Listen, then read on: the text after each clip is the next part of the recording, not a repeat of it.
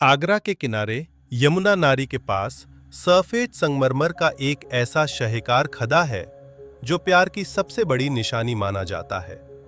ताजमहल दुनिया के 7 अजूबों में से एक आज भी हर देखने वाले को हैरान कर देता है। लेकिन क्या आपने कभी सोचा है कि इस अजीम इमारत की बुनियाद कैसे रखी गई थी? ये कहानी शुरू होती है मुगल बादशाह शाहजहां और उनकी बेगम मुमताज महल से। शाहजहां मुमताज से बेहद मोहब्बत करते थे। वो उनकी सबसे करीबी साथी, सलाहकार और जिंदगी का सहारा थी। दोनों का रिश्ता इतना गहरा था कि शाहजहां मुमताज के बिना एक पल भी नहीं गुजारना चाहते थे। सन 1631 में अपने 14वें बच्चे को जन्म देते हुए मुमताज महल की मौत हो गई। शाहजहां का दिल टूट गया। कहते हैं कि उनके बाल रातों रात सफेद हो गए और उन्होंने हफ्तों तक खाना तक नहीं खाया।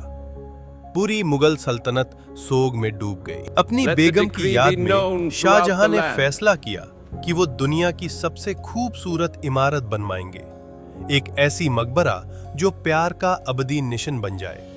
उन्होंने अपने दरबारियों को हुक्म दिया कि दुनिया भर से सबसे माहिर कारीगरों, मेमारों और इंजीनियर्स को बुलाया जाए। उस्ताद अहमद लाहौरी को इस इमारत का मुख्य मीमर चुना गया। उनके साथ तुर्की, ईरान और मध्य आसिया से माहिर कारीगर और इंजीनियर्स लाए गए। हर एक अपने काम में सर्वश्रेष्ठ था। कोई पत्थर तरशने में, कोई मेहंदी की नक्काशी में, कोई गुंबद बनाने में। ताजमहल के लिए जगह का चुनाव बहुत सोच समझकर किया गया। यमुना नदी के दक्षिण किनारे पर एक विशाल जमीन चुनी गई जो पहले राजा जय सिंह की थी।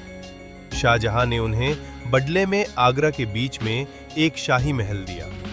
ये जगह इसलिए चुनी गई क्योंकि नदी का पानी बुनियाद को मजबूती देगा और इमारत को एक अलग खूबसूरती भी मिलेगी। सबसे पहले जमीन को समतल किया गया और गहरी खुदाई शुरू हुई। यमुना के किनारे की मिट्टी नरम और गीली थी, इसलिए सीधी बुनियाद रखना मुमकिन नहीं था। करीबन 50 अकेर जमीन को खोदकर बराबर किया गया। ये काम हजारों मजदूरों ने हाथों और बीलों की मदद से किया। कोई मशीन नहीं थी, सिर्फ इंसानी ताकत थी। बुनियाद को मजबूत बनाने के लिए एक खास टेक्निक अपनाई गई। जमीन में गहरे गड्ढे खोदे गए जिन्हें वेल्स कहा जाता था। इन गड्ढों में लकड़ी के बड़े बड़े लोग्स खड़े करके गाड़े गए, बिल्कुल उल्टे दरख्त की तरह। फिर इन लोग्स के ऊपर पत्थर और चूना का मिक्सचर भर दिया गया। ये टेक्निक इसलिए काम आई क्योंकि लकड़ी पानी में सड़ती नहीं है, बल्कि और मजबूत होती जाती है। ताजमहल की बुनियाद करीबन 50 फीट गहरी रखी गई। ये उस जमाने के हिसाब से एक कमाल की इंजीनियरिंग थी। इस गहरी बुनियाद ने यह तय किया कि भारी संगमरमर का पूरा बोझ बराबर तरीके से जमीन में बांध दिया जाए।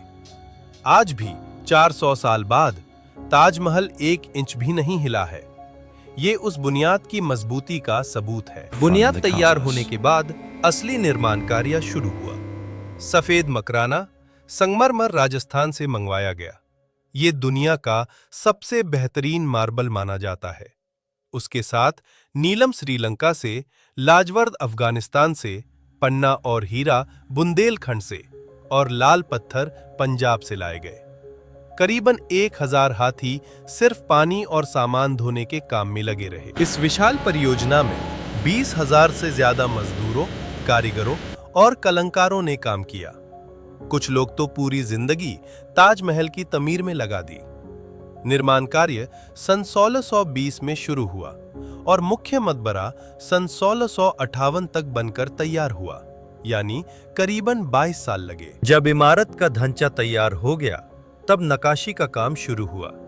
संगमरमर में फूल, पत्ती और कुरान की आयतें तराशी गईं, इतनी बारीकी से कि आज भी लोग करीब से देखकर हैरत में पड़ जाते हैं। हर पत्थर को हाथ से पॉलिश किया गया था। पिएत्रा दुरा टेक्निक से कीमती पत्थरों को संगमरमर में जादा गया। जिंदगी की विडंबना देखिए।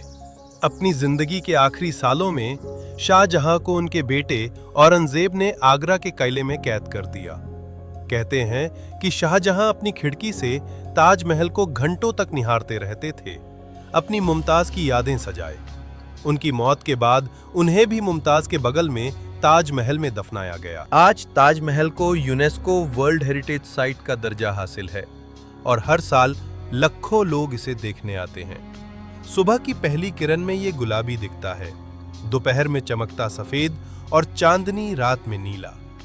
ये सिर्फ एक इमारत नहीं है, ये एक आशिक का अपनी महबूबा के लिए लिखा गया सबसे खूबसूरत खत है। ताजमहल की बुनियाद सिर्फ पत्थरों और लकड़ी से नहीं, बल्कि मोहब्बत और समर्पण से रखी गई थी। और यही वजह है कि 400 साल बाद भी ये इमारत दुनिया को ये याद दिलाती है कि सच्चा प्यार कभी नहीं मरता। ये थी कहानी, ताजमहल की बुनियाद कैसी रखी गई।